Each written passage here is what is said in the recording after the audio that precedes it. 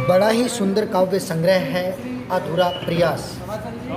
कवि श्री सुंदरलाल उत्सुक द्वारा रचा गया है, जिसमें सामाजिक, आर्थिक एवं अन्य गतिविधियों को लेकर के आप लोगों के बीच में है। नमस्कार साथियों, आइए आज चलते हैं अधूरा प्रयास नामक एक साहित्यिक पुस्तक है जिसका विमोचन आज होना है। लेखक हमारे सामने हैं सुंदरलाल जी उत्सुक। तो मैं आप सभी से निवेदन करूंगा कि एक बार तो आप इस महामना जो आज के युग में भी साहित्य के प्रति इतने अगाध श्रद्धा रखते हैं और आज उस पुस्तक का अनावरण है, तो मैं महोदय का चैनल पर स्वागत करता हूं। सर, आपका चैनल पर स्वागत है। हम आपसे पूछना चाह रहे थे कि आपने इस पुस्तक का नाम जो रखा है अधूरा प्रयास, आप हमें बताएंगे कि अधूरा प्रयास नाम आपने कैसे रखा? सर, मैंने अधूरा प्रयास इसको इसलिए रखा है कि जितना मैं इसमें कहना चाहता था वो नहीं कह पाया। उसमें कुछ कविता की मजबूरियाँ थी। कई बार तो जो है ना, आमतौर पर कविता 4 पद की होती है, लेकिन यहाँ 5, 6, 7, 8 पर भी पूरी नहीं हो पाई जी। इसलिए मैंने इसको अधूरा प्रयास रखा। दूसरा कारण ये था कि ये मैंने कोई सिस्टम से नहीं लिखी। जब भी जी में आया कोई कविता लिख दी और उनका एक संकलन मात्र है। मतलब मुक्तक हैं ये? मुक्त नहीं, कविताएं हैं जी, लेकिन ऐसे सिस्टम से नहीं लिखी गई हैं। इसके अंदर कुछ सामाजिक जो हमारे विषय हैं उनके ऊपर हैं, कुछ आध्यात्मिक विषय हैं, कुछ पाखंड के ऊपर आधारित हैं, कुछ राजनीतिक भी हैं, कुछ मनोरंजन के लिए कौतूहल पैदा करने के लिए 1-2 ऐसी भी कविता हैं। इसलिए, और पहली बात यह है कि ये मेरा प्रयास पहला था, इसलिए प्रथम प्रयास की बजाय अधूरा ही प्रयास है और अब आगे कोशिश करूँगा। नहीं सर, आपका अधूरा प्रयास नहीं है, ये वास्तव में सार्थक प्रयास है, हम तो ये कहेंगे। बाकी आपका रोचक नाम था ये, और मैं आपसे ये भी आग्रह करना चाहूँगा कि आप हमें बताएंगे कि नाम किसने सुझाया? सर, आप बड़ा रोचक नाम। नहीं, नाम तो मैंने खुद ही लिखा है। सर, आपसे एक बात और पूछना चाहेंगे, दर्शकों को आप बताएंगे कि आपको अधूरा प्रयास जो पुस्तक है इसकी प्रेरणा कहाँ से मिली? सर, ऐसा है, बस वैसे तो बचपन से ही मेरा शौक गाने बजाने का था। मेरे पिताजी भी जो है वो गाते बजाते थे, तो ऐसे जो है ना, बेडरूम सिंगर तो था ही, मैं गाने गुनगुना लिया करता और कभी अपने शिक्षण काल में कुछ लिख भी लिया करता। लेकिन व्यवस्थित ढंग से लिखने का अवसर ही मुझे लॉकडाउन के दौरान मिला। जैसे मोदी जी ने कहा था कि भी अवसर, उसको आपदा को अवसर बना लो, तो मैंने अवसर बनाया। और असल में जो है ये 1 ही साल का मेरा सारा संकलन है। ये अधूरा प्रयास पुस्तक लिखी है। एक अगली पुस्तक आ रही है, धुंधला दर्पण, वो प्रेस में है। और इस प्रकार से 5 पुस्तकें हैं। मैंने दोहे भी लिखे हैं, कुंडलियाँ भी लिखी हैं, मुक्तक भी लिखे हैं, बड़ी कविताएं भी हैं। तो मैं चाह रहा हूँ कि ये सारी विधाओं के अंदर जो है आपके। सर, आपका बहुत बहुत धन्यवाद, आपने बताया। और हम तो ये कहेंगे कि आपने साहित्य जगत में जो पहला कदम रखा है, वैसे देखा जाए तो आपने साहित्य की काफ़ी सेवा पहले भी की है। आप माँ सरस्वती के वरद पुत्र के रूप में हैं। फिर भी हम आपको ये कहेंगे, साहित्य में जो पुस्तक लिख करके आपने एक अमिट छाप छोड़ी है। मैं दर्शकों से, मैं आपको और सब के साथ मिलकर के शुभकामनाएं प्रेषित करना चाहूँगा कि ईश्वर करे, माँ सरस्वती ऐसा कोई वरदान स्थापित करे कि ये पुस्तक दिन दोगुनी और रात चौगुनी दर्शकों के हाथों में जाए, और जिस नेक दिशा को लेकर के आपने इस पुस्तक को लिखा है वो समाज को एक नया पथ प्रदर्शन का कार्य करे, समाज को नई दिशा दे। बहुत बहुत धन्यवाद आपका। चाहूँगा कि मुझे ये पुस्तक लिखने में मेरे जो पाठक हैं उनका बड़ा सहयोग मिला है। फेसबुक के जितने भी फ्रेंड हैं उन्होंने बहुत ही प्रोत्साहन दिया और समय समय पर कमेंट्स भी दिए, कुछ सुधार भी हुए। और इसके लिए जो है खास जो मेरे सहयोगी रहे हैं वो doctor शिवताज Singh ji, retired principal हैं, और एक मेरे साथी हैं श्री नेमी चंद जी, जो रात को 3-3 बजे भी फ़ोन के ऊपर मेरे साथ जगते रहे। और उन सब के सहयोग से ऐसा हो पाया और उनकी प्रेरणा से ही लिख पाया।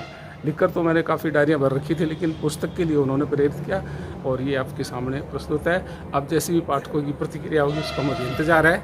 उसमें जो भी सुझाव आएंगे या जो भी कमियाँ रहेगी बिल्कुल सर, आपका बहुत बहुत स्वागत है। और जिन्होंने आपको प्रेरित किया उनका भी मैं बार बार धन्यवाद ज्ञापित करूंगा चैनल के माध्यम से, कि वो इसी प्रकार से सभी को प्रेरित करते रहें ताकि लोग और भी साहित्य की अनवरत सेवा करते रहें। मेरे जो मित्र हैं, दोस्त हैं, वो बड़े अच्छे हैं, उनका मुझे हर प्रकार से सहयोग मिल रहा है। मेरी एक टेलीफोन कॉल के ऊपर ही सब लोग इकट्ठे हो गए, इससे मुझे बड़ी खुशी है।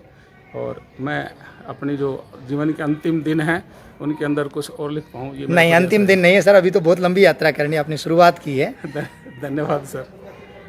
सर, आज अधूरा प्रयास जो पुस्तक है उसका विमोचन होना है और आप इस कार्यक्रम में सादर आमंत्रित हैं और मैंने देखा कि आप सबसे पहली सीट पे आगे आगे आप बैठे हैं, तो मैं आपसे निवेदन करना चाहूँगा कि आप इस पुस्तक से किस प्रकार से जुड़े हुए हैं और आप इस पुस्तक के बारे में क्या कहना चाहेंगे। जहाँ तक मेरे जुड़ाव का प्रश्न है तो मैं श्री सुंदरलाल जी से, और क्योंकि ये मेरे बहुत श्रद्धेय, जिनकी मैं बहुत ज़्यादा इज्जत करता हूँ, मेरे गुरु रहे हैं जी। और मैंने इनसे जीवन में बहुत ज़्यादा कुछ सीखा है।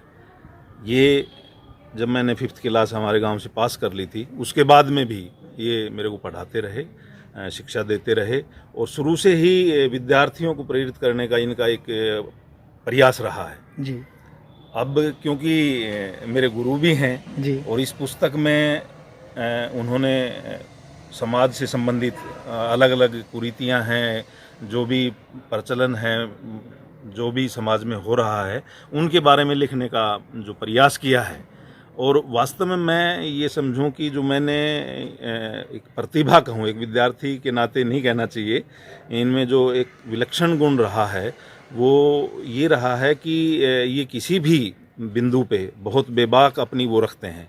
और अब आके इन्होंने इसमें ये कहा कि मैं बहुत कुछ कहना चाहता था लेकिन उसमें पूरा नहीं कह पाया, अधूरा प्रयास में पूरा नहीं कह पाया। और वाकई सच्चाई है कि इससे और भी ज़्यादा, मतलब इनके अंदर जो एक, मैं समाज के लिए आग कहूँगा, और हम तो ये प्रार्थना करते हैं ईश्वर से कि गुरुजी का शारीरिक और मानसिक स्वास्थ्य बहुत बेहतर रहे, ताकि हम जैसे जो इनके शिष्य हैं उनको भी और इस समाज को भी बहुत ज़्यादा कुछ मिलता रहे। शिक्षा अधिकारी के पद पर कार्यरत हूँ और मेरे लिए एक सौभाग्य की बात है कि मैं इस कार्यक्रम में, जो मेरे अपने बहुत ही श्रद्धेय हैं गुरुजी हैं, उनके उसमें आया हूँ।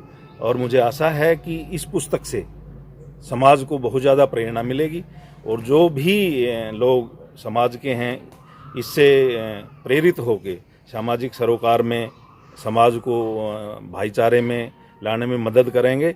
और मेरी पुनः इस आशा के साथ कि ये पुस्तक जन जन तक जाए, लोगों तक जाए, विद्यार्थियों तक जाए, आम आदमी तक जाए और इससे प्रेरणा लें, जैसे भी मैं प्रेरणा गुरुजी से लेता रहा हूँ। गुरुजी मान गए आपको साहब कि आपने अपने शिष्य धर्म का भी निर्वाह किया और अपने आप इतने बड़े पद पर होते हुए भी यहाँ पर आकर के एक नई मिसाल कायम की है, तो हम आपके भी आभारी हैं। आपने बहुत अच्छा एक कदम उठाया, एक नई मिसाल आपने स्थापित की है। धन्यवाद सर आपका। कविता के नाम पर शब्दों के साथ अनाचार बहुत है, इसलिए आवश्यकता थी किसी एक ऐसे काव्य संग्रह की कि जो दिशा दे सके। आज जो साहित्य की दशा है वो यद्यपि अपने विस्तार में तो बहुत अधिक है, लेकिन जिस ऊंचाई तक जाना चाहे इस प्रकार के ग्रंथ बहुत कम आ रहे हैं। और मुझे इस बात से बड़ी प्रसन्नता है कि मास्टर सुंदरलाल जी उत्सुक ने जो ये अपनी कविताओं का संग्रह निकाला है वो इस कमी को पूरा करेगा। इनके काव्य में आज के युग को पूरी तरह चित्रित किया गया है। कोई ऐसा बिंदु है नहीं जिसे इन्होंने छोड़ा हो, तो मुझे इस बात की बड़ी प्रसन्नता है। अप्रैल 1981 को जब बाबा साहब की जयंती मनाई जा रही थी, आप एक जिला महेंद्रगढ़ में पहली बार ग्राम मंडलाना में बाबा साहब की जयंती मनाई गई थी, उस वक्त हमारा सबसे पहला परिचय हुआ था। तब से मैं जानता हूँ, मैं एक विद्यार्थी होता था और आप एक अध्यापक थे। अध्यापक जिनसे मैं पढ़ा हूँ, अध्यापक जो मेरे चारों तरफ थे, अध्यापक जो मेरे घर में थे, लेकिन मास्टर सुंदरलाल जी की एक अलग छवि मेरे दिलो दिमाग में बनी, इसलिए कि गजब के पाठक, गजब के चिंतनकार, एक गजब का एक वैज्ञानिक चिंतन इनमें था। उस वक्त मुझे इस चीज़ का भान तो नहीं था कि इन्हें कविता का इतना बड़ा शौक है या ये रचनाकार भी, लेकिन एक थिंकर बहुत अच्छे थे, इसलिए मुझे सदा इनसे मिलने की एक उत्सुकता रहती थी कि मैं इनसे मिलूं। जब भी मैं मास्टर जी से मिलता था तो मुझे कुछ लगता था कि कुछ नया मिला है, और मेरे लिए इनसे मिलना एक त्यौहार की तरह होता था। इसलिए सन 81 से लेकर के और आज तक मैं इनके सानिध्य में हूँ। जब इन्होंने मुझे कहा कि मैं हिंदी में रचनाएँ लिख रहा हूँ और मैंने जब इनकी रचनाएँ पढ़ी तो दिल को बड़ा संतोष हुआ कि इस प्रकार की रचनाओं की आज आवश्यकता है। रचनाएँ हो परिवर्तनकामी, रचनाएँ हो क्रांतिकारी, रचनाएँ वो जो देश के संविधान के मूल्यों को लेकर के चले। लोग लिखते हैं बहुत पक्षपातपूर्ण लिखते हैं धर्मांधता को लेकर के लिखते हैं जिसमें सामाजिक विद्रूपता उस रूप में चित्रित नहीं होती, छलियापन बहुत होता है, धार्मिक छलियापन बहुत है। एक विशुद्ध चिंतनकार के रूप में मास्टर सुंदरलाल जी का जो एक काव्य संग्रह आया है, मैं इसे पा करके पूर्णतः संतुष्ट हूँ और आगे भी मैं इनकी दीर्घायु की कामना करता हूँ। और दूसरा ग्रंथ भी इनका बहुत शीघ्र सामने आ रहा है। और इतना ही नहीं कि इन्होंने ये लिखा कि एक एक विचार का टुकड़ा लेकर के एक आइडल टीचर कैसा होता है, आदर्श अध्यापक क्या हो, आदर्श माँ बाप कैसे हो, आदर्श विद्यार्थी कैसे हो, आदर्श पाठक कैसे हो, एक आदर्श सामाजिक कैसे हो, पूरे समाज में परिवर्तन कैसे आए, इस प्रकार का हर एक विचार इनकी कविताओं में पिरोया हुआ है। ऐसा चिंतनकार इस प्रकार के सारे बिंदुओं को लेकर के एक ठोस वैज्ञानिक आधार लेकर के एक परिवर्तनकामी चिंतन लेकर के मैंने लिखते नहीं देखा। किताबों की अलमारियां भरी हैं, खरीदी बहुत जा रही हैं, लेकिन इस प्रकार का साहित्य मुझे पहली बार मिला है और मैं बहुत संतुष्ट हूँ। और आज के युग में इस प्रकार के साहित्यकार की आवश्यकता है, ऐसे साहित्य की आवश्यकता है जो समाज को गति दिशा दे सके। मैं मास्टर के काव्य संकलन से, इनके रचनाओं से, इनके विचारों से बहुत प्रभावित हूँ, बहुत संतुष्ट हूँ और मैं इनकी दीर्घायु की कामना करता हूँ। इनका बहुत बहुत धन्यवाद। ये सदा बाबा साहब के रास्ते पर चलते रहें। देश में संवैधानिक परिवर्तन, देश में संवैधानिक एक कायाकल्प, एक संवैधानिक चिंतन, एक राष्ट्रवादी चिंतन इस देश में पैदा हो। Thank you very much.